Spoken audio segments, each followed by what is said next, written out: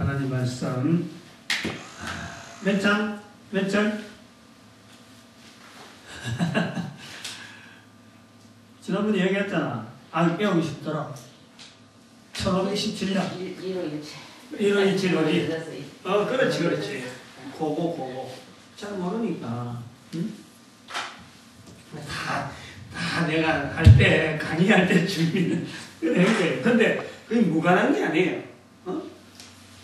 고린도전서 15장 17절 종교개혁 강의 2 똑같아요. 고린도전서 15장 17절 1517년 다같이 한번 합시다. 고린도전서 15장 17절 시작. 그리스도께서 다시 사신 것이 없으면 너희 믿음도 헛되고 너희도 여전히 죄 가운데 있을 것이요. 아멘. 다시 말씀하면은 종교개혁 했다고 1517년에 그렇게 하고 있는 그 자체가 지난주일도 말씀했지만 실제로는 바른 종교개혁이 아니다. 즉 그리스도께서 다시 어떤 그리스도에 대한 믿음을 부활한다고 한 건데 실제로 그 종교개혁이 잘못됐다 라고 하는 것을 기본으로 지금 이 강의를 시작합니다. 지난번에 말씀을 드렸어요. 우리가 지금 연대적으로 지금 2011년에 살고 있단 말이죠. 그 다음에 종교개혁이 1517년에 있었다 그죠. 그 다음에 500년 앞에 뭐가 있다 그랬어요? 1096년에 십자군 전쟁. 그 다음에 여기 본 500년 앞에서는 590년에 요거는 그레고리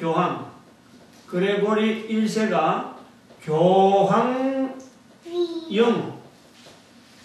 확보, 소위 말하면 교황에 대한 확실한 자리를 붙였다 이 말이에요. 그 다음에 여기가 우리가 하나 건너 500년 바로 뛰면 1년인데 이거 1년으로 가기 전에 314년을 이어야 돼. 이건 반드시 우리 이야기 되는 거예요. 이런 식으로 1년, 590년, 1090년, 1517년, 2011년, 500년 단위 역사를 지금 보는 거예요. 1517년 종교개혁에 대해서 이야기하면서 지난주에 강의를 하고 나니까 도대체 무슨 말이고 못 알아듣겠다. 맞는 거예요. 제가 이 강의는 사실은 여기 앉아있는 사람을 위해서 하는 것보다도 신학교에 있는 목사들. 그럼 신학교에 있는 목사라고 하면 강사요, 강사. 교회사 강의하는 강사들. 그리고 일반 또 우리가 바로 올바른 신앙을 가지게 하려고 고민하고 있는 목회자들. 이런 사람들이 사실은 이 종교개혁이라고 하는 이 개념을요 올바로 잡지 않으면은 우리가 지금 2011년 살고 있지만은 우리의 역사는 이거 전체를 다 겪어서 우리 몸에 안고 있는 거예요. 응? 내가 왜 이런 거 해도 되겠냐 할 정도로 그렇게 예사로 볼 수 있겠지. 뭐 당장에 내일 모레 참 무덤 위에 갈 일이 급한데 이런 거 알아갖고 내가 뭐 관계겠노 싶지만 나도 알고 보면은 그렇지 내가 지금 소리가 나오지 않도록 그런 도구를 없애고 애를 봐야지. 소리 나도록 만들어놨고 자꾸 들었다 놨다 애가 괜찮나? 이것도 강의 들어가는 거예요. 이 강의를 누가 들을지 모르는 거예요. 이거는 또 그러한편요. 저도 이 강의를 끝나면 다음 주 강의는 또 모릅니다. 또 지난주 강의 끝나고 나서 이번 주 강의 올 때까지 내가 뭘 해야 될지를 모르고 있는 거예요. 그래 일주일 동안 준비를 시키고 있는 거예요. 굉장히 따끈따끈한 거예요. 지금 이 강의가. 방금도 지금 준비 끝나고 지금 올라오는 거예요. 근데 이 강의가 지금 좋은 게 지금 인터넷이라는 이 환경이 있잖아요. 그리고 동영상으로 지금 이게 캡처가 되잖아요. 그게 지금 굉장히 따끈따끈한 지금 이론이고, 들으면 아주 참 힘이 되어지는 그런 내용이 되어질 거라. 그러니까 여러분만 지금 그런 게 아니라 이 강의를 듣는 신학자들이나 모든 사람들이 이거에 대해서요, 충격받을 수 없어요. 일본의 지금 후쿠시마 원자로 때문에 온 세계가 지금 고민스럽고 폭탄적인 그런 방사능 때문에 겁을 낸다 하지만 지금 이 강의가요, 사실은 원자 폭탄과 같은 겁니다. 그런 거예요. 지난번에 말했지만 2006년도 벌써 이걸 잠재적으로 내가 갖고 있다가 강의안 만들면서 지금 하나는 꺼지고 있는 거예요. 그런 것을 우리가 생각을. 그래서 지난주일에 이 종교적인 우리가 범위에서, 종교적인 범위에서 우리가 한번 이걸 봤습니다.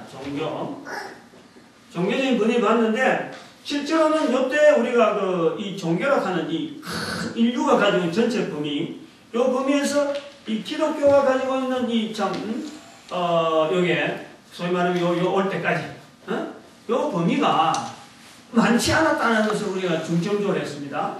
왜 그랬느냐 하고 역사적인 내용을 쭉 했어요.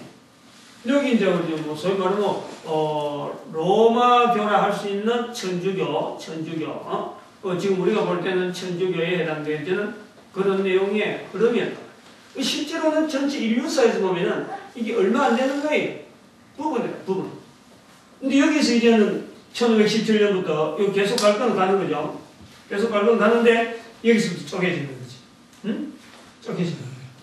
쪼개지는데 지금 현재 2011년도 현재 상황에 2011년도 현재의 기독교 문화 이런 단체에서 기독교 문화를 전문으로 하는 단체에서 연구를 한 바에 의하면은 개신교가 말이죠. 개신교가 지난번에도 말했습니다. 한 2억 정도밖에 안 돼요. 2억 5천 이랍시다. 2억 5천.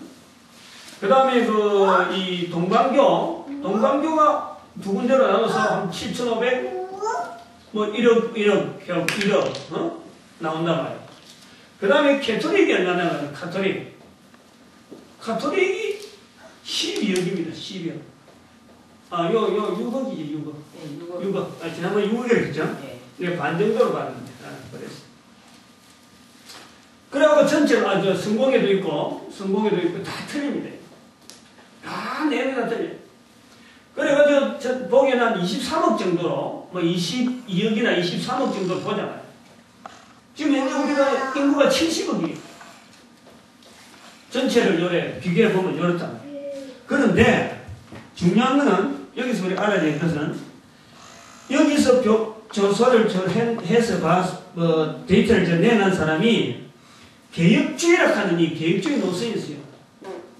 소위 말하면 여기서 말하는 개혁이라고 하는 개혁을 했다. 우리가 개혁했다 하고 개혁 노선으로 계속해 나가려고 하는 이 개혁주의는 개혁주의 노선은 얼마냐? 7,500 정도밖에 안 돼요. 응? 개신교 6억 5천에서는요, 10% 정도밖에 안 돼요. 6억 5천이니까 딱 10%하면 7억 5천인데, 6,500인데, 그거보다 조그마한 7,500. 7,500 정도가 개혁주의 노선을 간다는 거지. 요 안에 있는 사람이 이 개혁주의에 대한 이 종교개혁에 대한 분명한 내용을 알고 우리는 과연 그랬으니까 차별하게 해야 된다 하고 삶을 사는 사람은요 여기에서 1%밖에 안 돼. 1%. 여기에서 1%밖에 안 돼.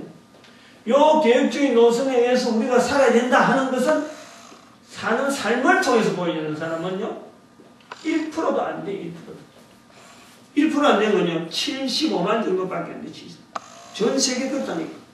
전 세계 75만은 마치 70인 전도자와 같은 거예요.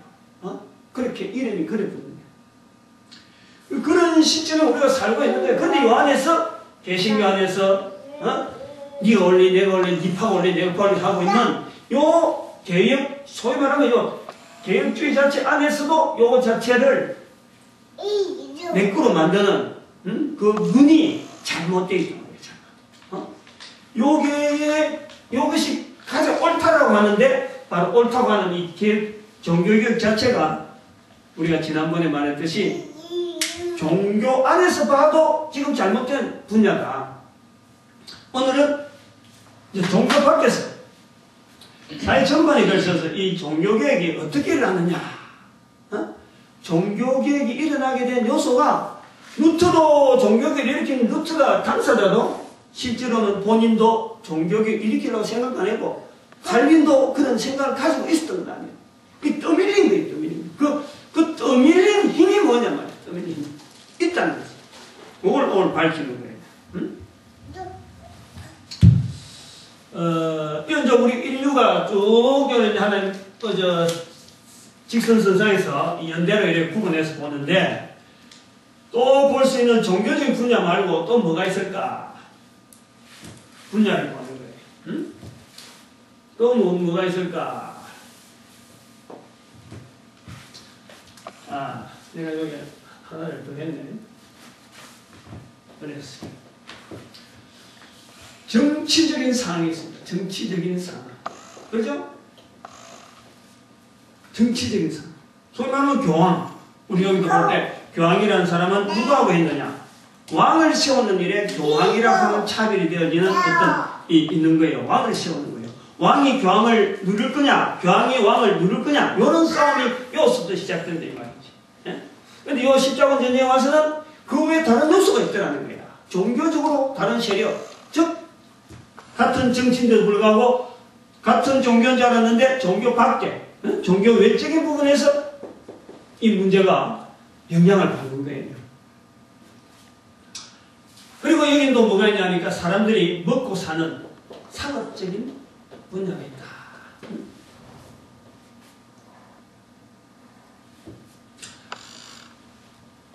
그레고리 1세 우리 여기서 쭉 올라갑니다. 정치적으로 어떤 영향을 미쳤나? 이때는 유럽이고 그렇고 어디든 다 그렇지만은 아시아나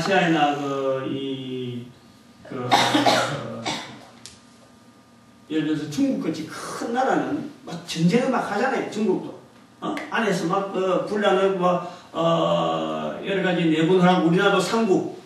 그러니까 이때는 문화라는 이 문화 자체가 서로 간의 통신이라든지 이런 게 얼마 통제할 수 있는 게 얼마 안 되기 때문에 사람들이 통솔할 수 있는 범위가 작아요. 그러니까 각 나라마다 왕이라고 하는 그 범위가 굉장히 작고 왕은 또 누굴 하냐면은 군소된 조그마한 부락마다에 집단의 장전을 모아서 니 내한테 복종해라. 그럼 복종하겠습니다. 그러면 그럼 너희들 왕이다 하는 그런 위치다. 이런 내용이 군주라고 영향을 미치는 거예요. 정치적으로 요 시기가 됐다는 거예요. 그래서 이 정치적으로 군주라고 하는 소위 말하는 군주 여러 가지 또 왕도 있습니다. 왕도 있고 한데 요 세력 요 문화가 어떤 왕에 대해서 또 군주에 대한 이런 영향이 막 생기는 거예요. 막 군소적으로 이도 왕 됐다가 저도 막 군주가 됐다가 막 지락뒤치락하고 또 그것이 세력을 막 입히고 넓게 하고 좁혀지고 몰락하기도 하고 하는 이런 세월이 있다. 문화가 있다는 거예요. 그 다음에 여기에서는 뭐가 있냐면은 십자군 전쟁을 통해서 나타나는 건 말이죠. 지난번에도 제가 말씀했습니다. 십자군 전쟁은 1차, 2차, 3차까지는 교회 역사라든지 일반 역사가들이 그래요. 1차, 2차, 3차는 어떤 종교의 어떤 목적을 가지고 일으킨 게 맞다. 그 외에는 전부 다 엉뚱한 데는 거예요. 이때 십자군 전쟁이 날 때 이제 멀리 가서 원정을 해보니까 무엇이 이게 생기냐 그러면은 요걸 잘 염두에 십자군 전쟁이 저 로마에서부터 시작해서 사람을 이끌고 육로를 통해서 쫙 가다 보니까 멀리 가는 원정이라는 아주 그렇게 큰 아무리 요 군주들끼리 전쟁을 해도 그렇게 큰 원정을 안 해본 거예요. 멀리 해가지고 사람을 실어 나르고 사람들하고 실어 나르거나 사람들이 가게 되고 그 다음에 또 여기에 갈라가면 또 배를 타야 돼요. 배를 막 이송하고 이런 문제들이 하나의 큰 집단들이 움직이니까 이게 그때부터 뭐가 생기냐니까 무역이라는 게 생겨요. 무역이라는 게 생겨요. 이런 조짐을 봐요. 그래서 지난주에는 이 종교적인 부분에서 십자군 전쟁을 봤는데 이 십자군 전쟁을 통해서 전 세계가 상업적으로 무역이라 하는 어떤 패턴으로 접어드는 걸 보는 거예요. 근데 이 무역이라 하는 패턴이 그냥 단순히 주어진 건 아니라 어느 날 갑자기 무역해야 되는 건 아니고 배가 만들어지고 또 군사시설이나 이런 여러 가지가 뭐 같이 이제 금어가는 거예요. 정치, 경제 이런 부분들이 같이 어울려진단 말이에요. 그래서 이 무역 부분도 이렇게 발전을 쫙 한단 말이에요. 영향을 주고 있다, 이게 크고 있다 하는 그런 내용을 이야기하는 거예요. 근데 여기서 잠깐 우리가 좀 생각해야 될 하나가 요거 연결은 됩니다만은 이목을 좀 이제 중심을 조금 집중해야 될 부분 하나 있어요.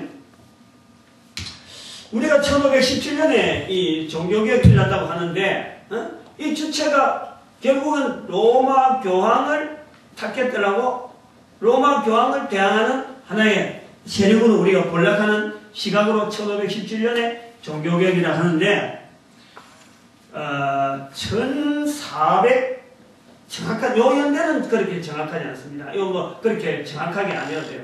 1449년쯤에 교황이 일어납니다. 교황이 직접 말한 것이 기록이 되어 있는 거예요.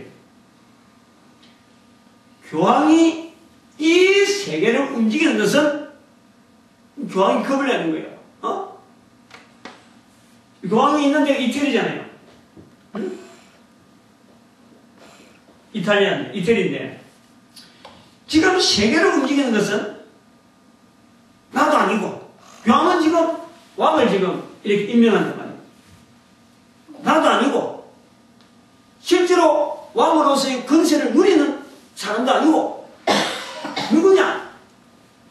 한 사람을 들미는 거예요. 1449년에 이런 내용을 이야기하는 거예요. 그 사람의 이름이 내가 그것까지 준비를 좀 한 거예요. 이태리거든요. 교황이 이태리거든. 이태리의 피렌체. 요거는 많이 교회에서 사회시간에 많이 배웠어요. 피렌체 지역에. 피렌체 코시모다. 코시모. 피렌체의 코시모다 하고 이야기를 하는 거예요. 응? 그는 왕은 아니지만 실제로 그 사람이 임명하면 누구든지 권세를 잡을 수 있고 그 사람이 전쟁을 일으키기도 하고 정부를 세우기도 하고 좋든 자기가 교황으로서 할 수 있는 그 모든 역량보다도 더 큰 위력을 발휘하는 사람이다 라는 것을 이 사람을 이야기하고 있어요. 코시모. 코시모는 여러분들이 잘 모를 거예요.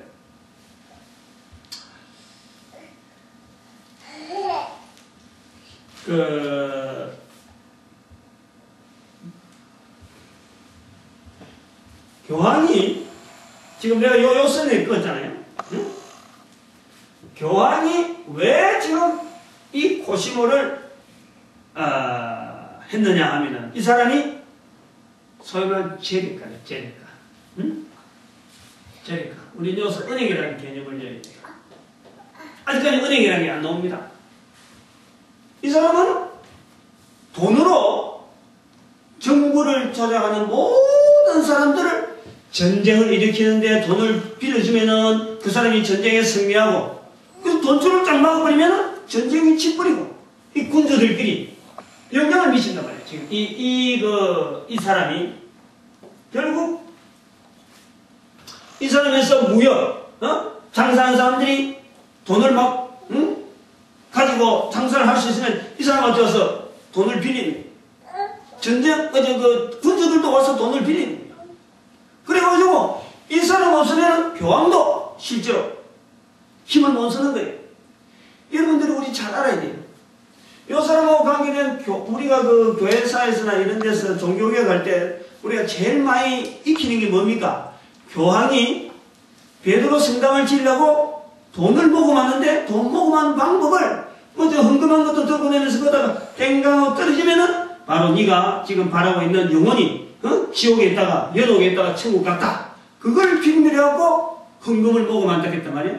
결국 그 말은 뭐냐면은 돈이 부족했다는 거예요. 돈이. 교황도 이 사람한테 꼼짝 못하는 거예요. 무슨 말인지 알겠어요? 우리가 알고 있는 종교개혁의 그 이면에, 종교개혁을 가는 말 뒷면에 우리는 순전히 종교만 가지고 쫙 비춰봤는데, 종교개혁이 일어날 수 있는 이면에 이 돈이라고 하는 어마어마한 실체를 움직이는 사람이 있다는 거예요. 근데 이것보다 더한 거는, 이제 요래 말하면은, 아니, 목사님 혼자서 어디 사람 한 사람 걔가 이래 하냐. 하지만, 제가 지금 분명히 하지만, 요 선에다 딱 껐다는 거예요. 은행이라는 선을 딱 끄는 거예요. 조금 예를 들면 이래요. 우리가 작년에 그 전 세계의 그 국제 그 어떤 금융위기, 금융위기 있잖아. 우리는 별로 많이 못 느끼지. 그런데 이 금융위기가 그럼 국제적인 금융위기가 어디서 시작됐느냐? 미국에서 시작돼요. 미국의 저 어느 지역에 빈민가인데, 빈민가 지역의 미국이라는 체제가 이 돈을 얼마든지 빌려갈 수 있는 그런 기투였던 거. 뭐 파산되고 또 다시 일하고, 파산 신청하고 다시 일하고, 파산 신청하고, 이런 식의 제도가 되어 있는데, 그게 거기서 오면 모기지로. 모기지. 그럼 무조건 빌려줬는데, 그 사람들이 부도날 거를. 그 사람들이 부도나가지고 나중에 뭐 이렇게 문제를 일으킬 줄 몰랐는 거예요. 그래가지고 그 여파가, 미국에서 일어난 여파가 영국의 은행들이 국유화가 되는 거예요. 영국의 은행들이 국유화 되고 미국의 은행이 국유화 되는 거예요. 그러니까 은행을 문 닫지도 못하고 은행을 붙잡을 수밖에 없는 그런 입장으로 되니까 돈이 막 무한정이 들어가요. 그래서 근본적으로 전 세계에 있는 돈이 막 그걸로 막 쏠리다 보니까 금융위기라는 말이 나오는 거예요. 응? 은행이 위기예요. 근데 이 은행이 이제부터 이 이야기가 은행이 어떻게 생기는가 하는 과정이 바로 이 종교개혁하고 어떻게 연결되어지는가 하면 되는 거예요. 잘 들어봅니다. 1096년에 무역이 시작되니까 그때까지만 해도 이 돈을 빌려주고 하는 거는요, 이게 불법이었어요. 돈을 빌려준다는 생각을 하지 못하는 거예요. 근데 무역이 나타나 보니까 돈이 많이 필요하잖아. 근데 그 돈이 빌려주는 무리가 있는 거예요. 그때는 돈 빌려주고 마는 게 없는 거예요. 요 당시 한번 보십시오. 요 수까지는 계속해서 교회가 딱 지고 있는데, 교회에서 결정하면 끝나는 거예요. 근데 교회에서 돈을 빌려주면은 지옥에 간다. 이래 되는 거예요. 교회에서 이어서 교리는 그렇잖아. 그래서 그 미켈란젤로 그림이나 이런 그림에 나오면, 뭐 나중에 보면 큰 그림 같은 거 보면요.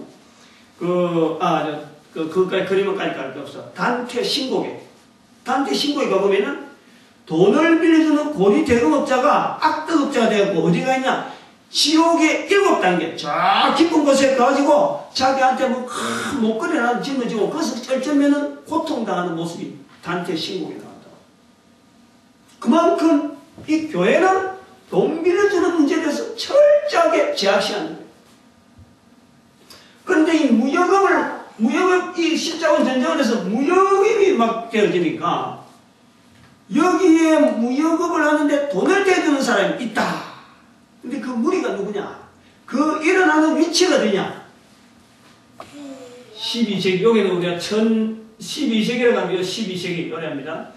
1200년 전에, 이때 1200년 될 점 앞에 뭐가 있냐면 다 같이 피렌체 지역에 유대인들이 모여 사는 동네가 있어요. 유대인들. 그때까지 유대인들은요, 먹고 살 데가 없는 거예요. 이리 가면은 전부 다 이 유대인들을 박해하잖아요. 이 교회 자체는요, 유대인들을 박해하는 데입니다.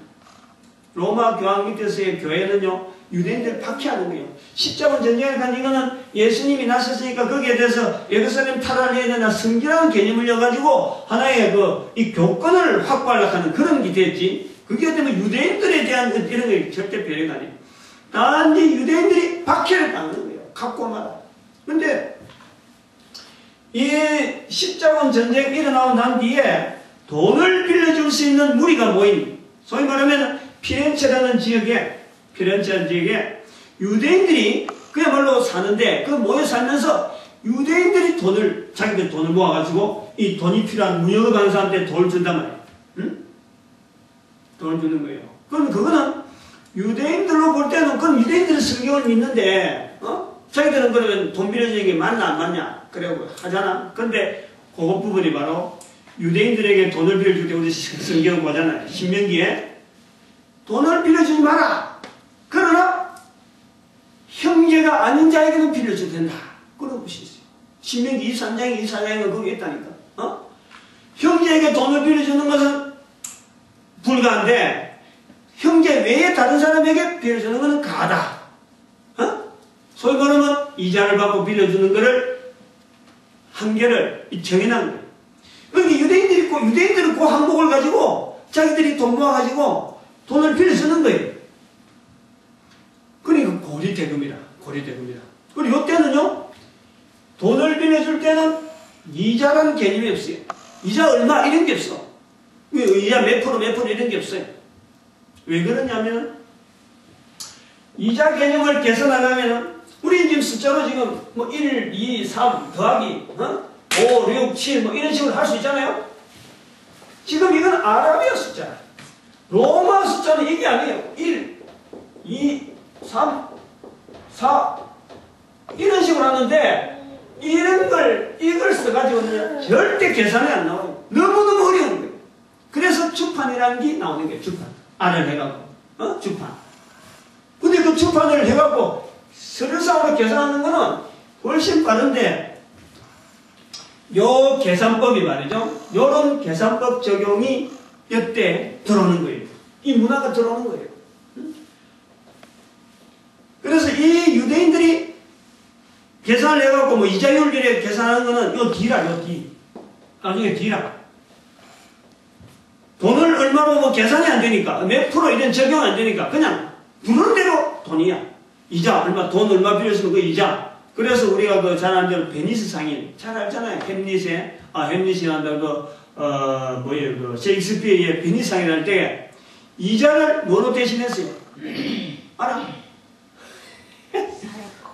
그렇지. 살 한 파운드. 그게 이자다. 부르면 그만 이자다. 그게요, 엄청난 거예요.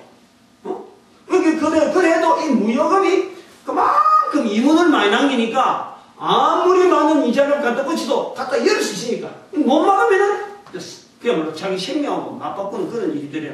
파산이지. 요것이 바로 이 사람들이 앉아 산 얘기요. 이 사람들이 의자에 앉아 산다 이래가지고 이태리어로 이게 방크라고 방크. 어제 이 사람들 앉아서 한날 조그마한 의자에 앉아서 이래 하는 거예요. 의자에 앉아서 책상만 가지고 서류만 갖고 하는 거지 뭐 다른 일이 없잖아요. 돈 가지고 하는 일이 일 자체가 뭐지 큰 일이 아니야. 그냥 앉아가지고 서류만 갖고 적고 뭐 돈 주고 하는 거니까. 요 의자가 뭐냐? 의자 오늘날 뱅크야 뱅크. 응? 이 사람들을 통해서 유래가 된다.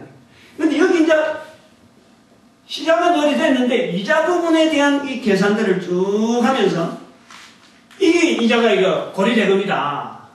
그래서 이 사람들이 아주 그 나쁜 유대인 하면 뭐 아주 악덕극으로 돼 있는 거. 지금도 미국의 그 수많은 그 자금줄들이 전부 유대인이 잡고 있는 이유가 그거예요. 오래 전부터 이 고금이 이 금리라는 이런데 유대인들이 탁 잡고 있는 거예요. 근데 여기서 이제 발전되어지는 게 이자율을 두고 이래 하는 부분이 발전되어지는데 누가 한 사람 나오느냐면은 바로 코시모가예요. 코시모가가 아니고 요 사람 이름이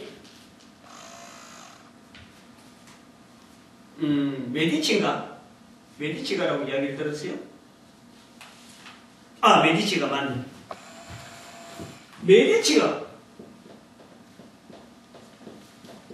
메디치라는 사람이 요 사람이 아주 이 사람보다는 이 사람이 여기는 아버지가 된 그런 데인데 메디치라는 사람이 바로 이 은행이라고 하는 이 개념을 발전시켜갖고 그래서 은행이라는 개념 발전이니까 고리대금이라는 개념을 발전시켜서 합당하게 이자를 받아낼 수 있고, 이제 그것부터 계산이 나오는데, 계산하는 이런 수치라든지 이런 방법이라든지 이자율 적용이라든지 이런 걸 하고, 그 다음에 돈을, 무역이라는 것은 반드시 뭐가 따라오냐면, 다른 나라에 있는 돈이고 우리나라에 있는 환전이 필요하다, 환전이. 여기 성전에서 하듯이 환전이 필요한 거예요. 다른 나라에서 돈을 가져왔는데, 이게 우리나라 쓰려고 하면 환전이 필요한 거예요. 그 환전 수수료, 그 다음에 돈을 미리 가져갔다. 가불 형태로 돈을 받아들인 거예요. 그래 하면서 교회가, 이 사람은 교회를 신봉하는 사람이니까, 교회 안에 되는 사람이니까, 교회가 고리 대금하는 부분에 막는 부분을 자기는 그것도 교회법도 넘어가고, 또 이런 돈을 빌려주는 것도 가능하도록. 소위 말하면 유대인들이 하고 있는 일을 교회가 할 수 있도록, 교회 다니는 사람이, 신앙을 가진 사람이 할 수 있도록 제도를 만들어내는 거예요. 그게 바로 은행이라 하는 개념이 이제 고속도 확산되어야 되는 거예요. 응? 확산되면서 이 사람이 그냥 단순하게 행동하고, 피렌체에서부터 시작해서 나폴리에서 해서 또 저 로마까지. 그러면서 이걸 은행의 점포를 막 곳에 두는 거예요. 그러면은 돈을 빌린 사람이 누구겠어요? 요 당시에 돈을 빌린 사람은요, 주로 이 사람들이 빌린 거예요. 전쟁하기 위해서 빌리는 거예요. 무역하기 위해서. 그렇게 큰 손들이 이걸 빌리는 거예요. 응? 그러니까 가까이 가서 그 사람들 가까이 돈을 줄 수 있고 할 수 있는 그런 지역에 점포를 만들어놓고 하니까 비용이 적게 들잖아요. 오고 가는 비용이 적게 들잖아요. 옛날에 뭐 송금을 할 수 있어요, 뭐 할 수 있어요. 그러니까 이것이 확장이 돼야 되는 거예요. 응? 무역업이 발전되어지면서 확장이 되어지는 거예요, 확장이. 그래, 거기에서 또한 뭐한 돈이요? 어마어마한 거예요, 어마어마한 거예요. 그래서 이 메디치가를 통해서, 요때서도 여기를 말이죠. 메디치가를 통해서 은행을 노래하는 요 자체를, 여기가 은행의 발생점을 하는 거예요. 은행의 발생점.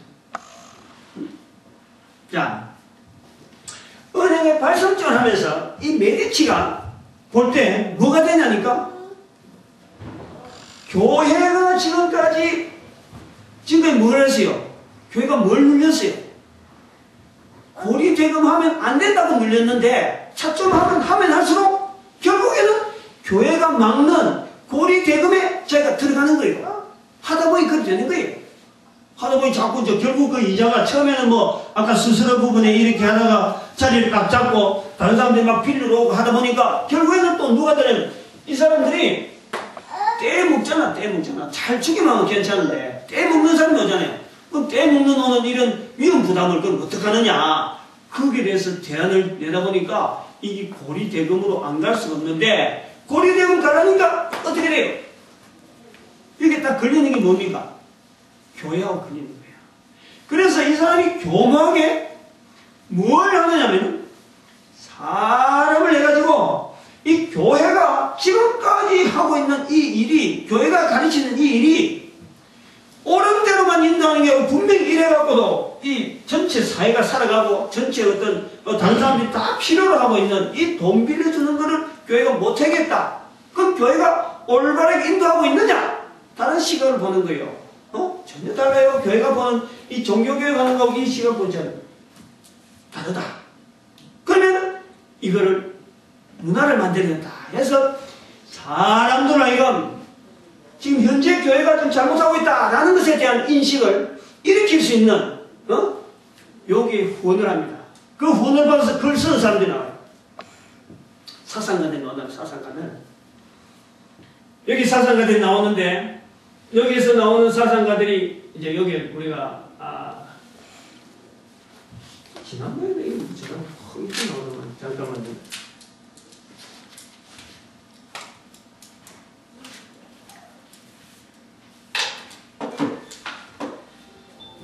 지난주에는 이래 탁 전화오는 잘 들어야 돼요. 여기 사상가, 소위 말하면 이런 그 메디치가에 의해서 일종의 사주라 그래가지고, 일종의. 근데 뭐 사주라 해서 그러면 다 따라가나 하고 본인도 그걸 받아들일 때 따라가는데, 여기에 나오는 하나의 중요한 하나의 그 어떤 사람, 요 사람에 의해서 지도받는 사람이 요 어디 들었습니까? 마키아벨리의 군주론이 있어요. 군주론. 인터넷 찾아보면 말이죠. 이 잘못 해석을 하고 있어요. 마키아벨리의 뭐 군주론에 대해서 뭐 레포트 써내라고 쭉 읽어보면요. 관점이 참 좋잖아. 이거 소위 말하면 원점에서 완전히 벗어나 있어요. 이 마키아벨리의 군주론은 말이죠. 뭐의 효시라고 하냐면은, 잘 들어야 돼, 여기서. 요 부분이 들어요. 마키아벨리의 군주론은 여기에 르네상스가 있어. 르네상스를 일으키는 효시다. 이래요. 지금 내가 지금 여러분한테 지금 끄집어내려고 하는 건 뭐냐니까, 이 르네상스를 끄집어내려는 거예요. 르네상스를 실제로. 응? 르네상스. 우리가 종교개혁하고 마치 어떤 루트의 힘으로, 마치 칼빈의 힘으로 이 종교가 분리되어지고 막 이렇게 잘라진 거지만 실제로 그 힘은요, 이 르네상스. 나는 그래 보는 거예요. 르네상스가 있는 어떤 배경을 지금 이야기하는 거예요. 이 르네상스는요, 내가 써볼게. 영어로 쓰면은, 이 영어로 쓰면 르네상스인데, 이거는 프랑스입니다. 프랑스인데, 이 르네상스를 다르게 또 영어로 쓰면 뭐냐면, 네이처. 자연으로 돌아가자. 이 말이에요. 자연으로 돌아가자. 응? 자연으로 돌아가자는 말은 뭐냐면은, 우리가 생각하는 자연하고는 틀립니다. 다시 말하면은, 로마 교황 체제에 있는 이 체제를 원래 교황이 어떤 시대로 돌아가자 이 말이에요. 그 말은 뭡니까? 응? 313년 이전으로 돌아가자 이 말이에요. 교회를 무시하자 이 말이에요. 이 르네상스 시대는 어디까지 되었냐면 결국 이 르네상스가 르네상스 시대는 언제부터 언제까지 르네상스 시대를 보냐 그란 말이죠. 이 마키아벨리의 군주론에서 시작되어져 가지고 결국에는 요 정도 1789년 여기에 무슨 사건이냐면 프랑스 혁명 여기까지를 봅니다. 여기까지. 물론 요 앞에 뭐 계몽주의하고 뭐 나오는데 그것도 군주론에 의한 르네상스에 의한 계몽 우리 이걸 놔두면 안 된다 알려야 된다 해갖고 계몽주의가 나오는 거예요. 근데 그 전체가 르네상스로 보여요. 프랑스 혁명까지 마키아벨리의 군주론부터 시작해서 프랑스 혁명까지를 르네상스로 볼 수 있어요. 이때 요 종교개혁을 한 요 시점에서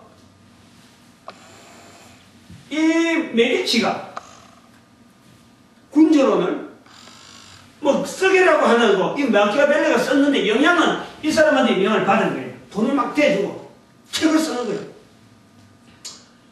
그 다음에 이 사람이 또 뭘 하게 됐냐면은 우리가 이제로 미켈란젤로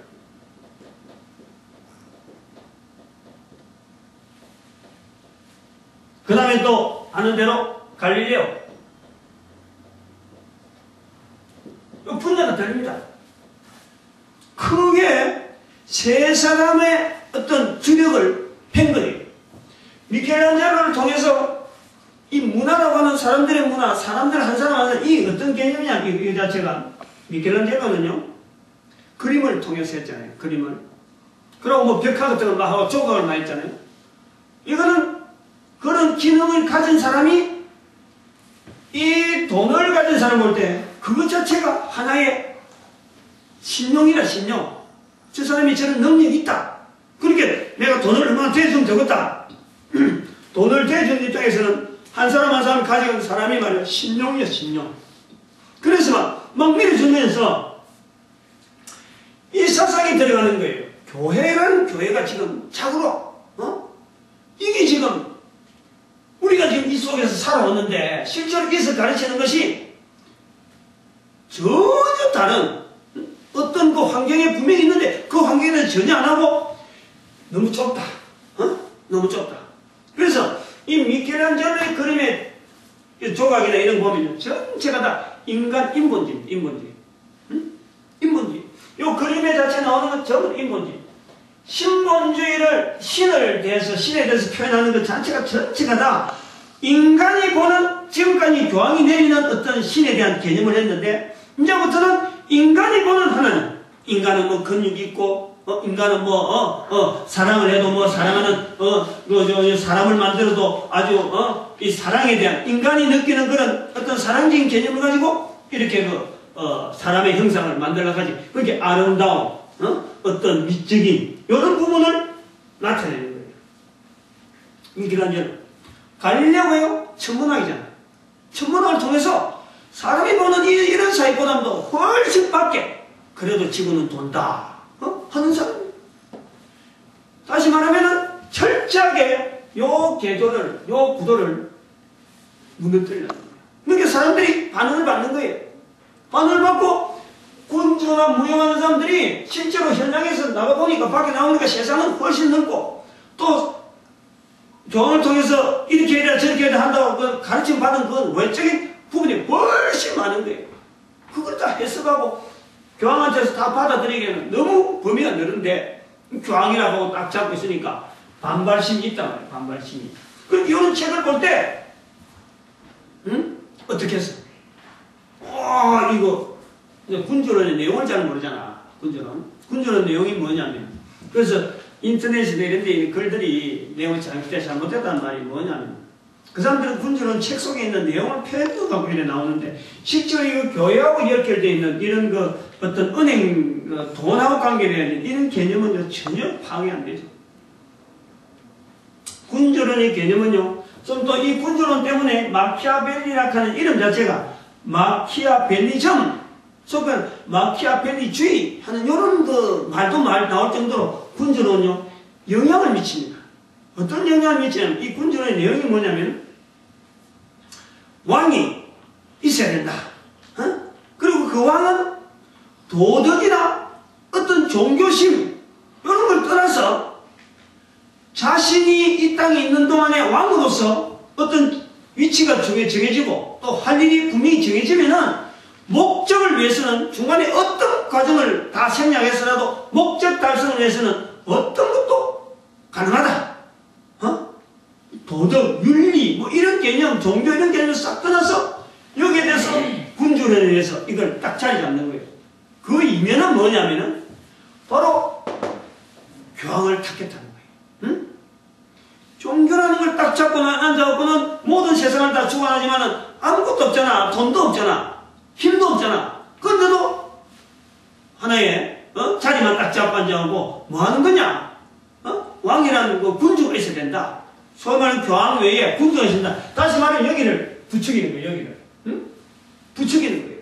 그래서 지대로 된 왕이 나와가지고 이 모든 질서를 온전하게 한 방향으로 잡고 나가면은 우리가 보다 나은 삶을 살 수 있다. 라고 하는 거예요. 근데 사람들이 그 책을 딱 볼 때는 이거 군주를 위하는 거네? 라고 하지만 실제로 그 이면은 교황을 탓겠다는 거예요. 그래서 나중에 교황이 그 군주론 책을 보고 마키아벨리에서 쓴 이 군주론 책을 다 수거해가지고 불살합니다. 교황이 불살해. 이 교황은 그걸 아는 거예요.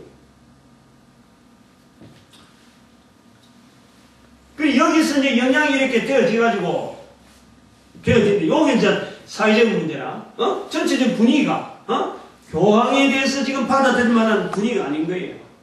근데 여기에 우리가 이제 종교적인 부분에서 영향을 미치는 소위 말하면 정치, 상업, 은행에서 이 영향을 통해서 영향을 받는 종교개혁이 가능할, 종교개혁이라는 이름으로 가능할 수 있는 어떤 종교 내분의 이런 분파 활동이 결국 교황하고 끊어져야 되겠는데 그 어떤 빌미를 주느냐, 어떻게 해서 끊어지느냐 하는 빌미를 줄 수 있는 사건이 나오는 거예요.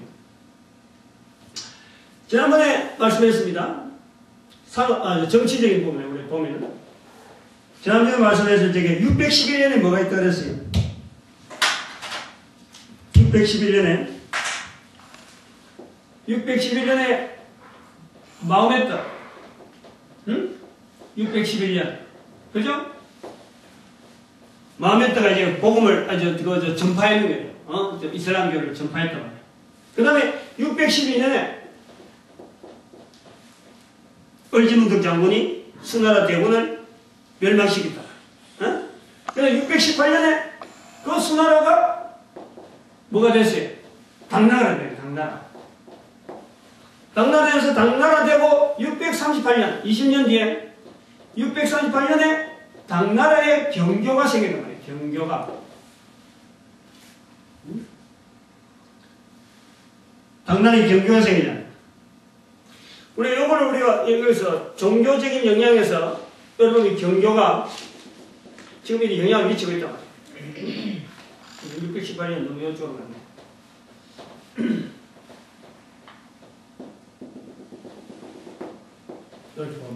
618년. 이런 이슬람의 마호메트가 나오는 이런 611년, 그 다음에 이 방향이 쭉 가면서 영향을 미쳐오는데, 당나라 경교로 가면서 이 경교가요, 나중에 어떤 식으로, 당나라에서 다시 어떤 영향이 오냐면은, 세계적인 영향이, 지금 여기 마호메트가 여기 자꾸 전파되잖아요. 그 당나라 가고 교류가 된단 말이에요. 당나라는 것은요, 마호메트에서 볼 때는 훨씬 가까운 쪽입니다. 위치적으로는 그래요. 중국, 그 다음에 여기 이슬람, 그 다음에 여기 로마예요. 로마. 이렇다. 그래서 여기서 당나라가 생긴 이런 문화가, 로마에서 있었던 어떤 종교적인 문화가 돌아가고 이렇게 교류가 되는데, 여기서 뭐가 나오냐면 719년에 이 정치적으로 이슬람 종교가 여기에 스페인을 공격합니다. 스페인을 공격해요. 스페인을 공격하는데 로마를 치면 그건 너무 세니까 지중해를 밑으로 넣는 거예요. 지금 이집트로 해갖고 지금 지금 뭐예요? 문제 일어난 데가 리비아를 해서 이집트를 해서 이렇게 뒤로 치고더라고요. 저 지중해 저쪽으로 들어가버려요. 근데 여기 뭐냐면은 이 당시에 스페인이 아니고 프랑크족이에요. 프랑크 영이에요. 또이만 프랑스 영이라, 프랑스가 큰 나라에서 독일까지 다 들어왔으니까 어마어마하게 큰 나라였어요. 헨리 왕때 그런. 요때 719년에 이게 점령하면서 뭐가 되냐면요, 제지술이에요. 제지술이 뭡니까? 종이 만드는 기술이요, 이게 중국에서 시작된 거예요. 중국에서 시작돼가지고 이 이슬람에 넘어가면서 이슬람이 스페인을 공격하면서 옆으로 치면서 자기들이 가지고 있던 제지술, 종이 만드는 기술이 이제는 퍼지는 거예요. 이쪽에서부터. 이게 문화라는 건요, 그냥 단순하게 나는 문화 아니야. 지금도 미국에서 그런 게 한번 탁 생겨나면은 전 세계가 영향을 미치고, 지금 일본에서 지금 지진을 갔다, 일본만 당연히 안 하는 게 아니에요. 근데 우리는 계속 텔레비전에서 일본만 망할 것이지만, 일본은 어마어마한 큰 국력을 갖기 때문에 그 정도의 망하는 나라가 아니라, 우리는 너무 조금 부분 보고 있는 거예요. 일본의 영향이 지금 전 세계에 미치고 있듯이, 이 문화라는 이 흐름이요, 제지술을 만드는 거예요. 제지술이 제일 많이 필요한 데 어디입니까? 이 교회입니다, 교회. 교회는 계속해서 이 성경을 계속해서 기록하고 남기고하는 일들이 계속 있어지는 거예요. 그런데 이 제지술이 실제로 교회에서 필요가 없었어요. 교황이 성경책을 못 읽게 한 거예요. 성경책을 못 읽고, 우리가 잘 알잖아. 그건 우리가 성경을 잘 알잖아. 성경책을 못 읽게 한 이유는, 첫 번째, 종이라든지 이런 게 너무너무 방대하게 들어가니까 이 감당이 안 되는 거고, 만들어 찍어줘야 되는데, 이런 어떤 기술이 안 되고 능력이 안 되고 그 다음에 글을 읽을 능력이 안 되는 히브리어, 헬라어 이런 거에 되는데 그거 언제 가르치려고 언제 하는 거예요? 그래서 성경 읽지 마라 그러는 거예요. 괜히 그런 거 읽고 뭐 할 거 없다. 그냥 성도들이 옛날에 믿음의 성도들이 걸어왔던 이런 흔적들 보고 이런 믿음의 걸음을 걸었다. 너희들도 따라가라. 이것밖에 없는 거예요. 그래서 신부가 뭐 글 못 읽는 사람이 많은 거예요. 신부로 그래도 글 못 읽는 사람이 굉장히 많았어요. 700년대에 제지술이 발달하고 그 다음에 또 우리가 생각해야 될 거는 우리나라의 훈민정음이 얼마입니까? 1442년? 훈민정음이라고 합니다. 훈민정음. 훈민정음 반포. 요거 바로 한 해 뒤에 1443년에 연결해 보려는 게 아니라 다른 나라에서 일어난 거, 우리나라에 일어난 것까지. 요때 일어난 것이 뭐냐면은 구텐베르크의 그 금속 활자파, 금속 인쇄. 여러분 이걸요 중요시 해야 되는 거예요. 응? 전체적인 이 종교개혁 전체적인 분위기는 르네상스적인 분위기입니다. 다시 말하면 교황으로서 벗어나려고 하는 사회 전체 분위기 속에 일어나는 하나의 운동이 어떤 뭐 이거는 물결이라 이거는 보이지 않는 쓰나미다 쓰나미. 응? 그런데 종교 분야에서 힘이 어떻게 됐느냐? 바로 이 두 가지 제지술하고 금속 활자가 나오면서 성경이 보급이 되는 거예요. 성경 보급. 응? 그때까지 못 읽었던 성경이 보급되어진다. 그리고 지금 여기 봐봐요. 이 문화, 문화. 학문적인, 일반적인, 여기 이제 인문주의라는 거예요. 인문주의. 소위 말하는 갈릴레오라든지 미켈란젤로라든지 이런 그 군주라는 이런 것 자체가 인문이라. 그때까지는 전부 다 성경을 기준해갖고 전문적인 신앙이 어떻고 우리의 표현이 어떻고 나라는 어떻고 다른 사람 인권은 어떻고 모든 것이 다 종교라고 하는 성경이라고 하는 근본적인 읽지도 안 하고 잘 아는 이런 사람 별로 안 되는 그런 내용을 갖고 그냥 막연하게 옛날에 이런 사람들이 이런 글을 썼다 이런 걸 그걸 갖고 이론을 펼치는데 여기서는 지금 제지술이 발달했죠. 글을 많이 읽는 거예요. 그러다가 금속활자가 나와버리니까 금속활자가 나올 때 한번 생각을 해봐요. 우리나라도 이조 시대의 금속활자가요 이보다 더 빨랐다 그래요. 1300년대라 그러니까 그래요. 우리가 더 빨랐어요. 근데 우리는 시장이 없는 거야. 시장이. 소위 말하면 그걸 필요로 하지 않는 거야. 금속활자가. 이 우리나라가 그때 잘못된 게 소위 말하면 저는 이게 이제 불교 문화가 잘못된 게 뭐냐 패션적이잖아. 알고 있으면 요거는 우리끼리만 쓴 거예요. 그건 절에 있는 사람들끼리만 쓰다 보니까 그게 활발하지 않는 거예요. 응? 근데 여기 봐봐. 지금 이런 분위기 속에서 엄청나게 지금 서적이라든 이런 문화가 말이야. 지금 정보가 막 필요한데 거기다가 필요를 하니까 사실은 금속활자를 만들려고 그랬겠지. 그래 만들어가니까 시장이 폭발적이에요. 시장이 폭발. 그래 인쇄술량이 나오니까 인쇄술. 제지술과 금속활자가 되니까 여기서 발달된 게 인쇄술량이 나온다. 인쇄술. 인쇄술이 발달가 나온다. 인쇄술이 발달하니까 책들에 대한 이 정보를 많이 얻잖아요.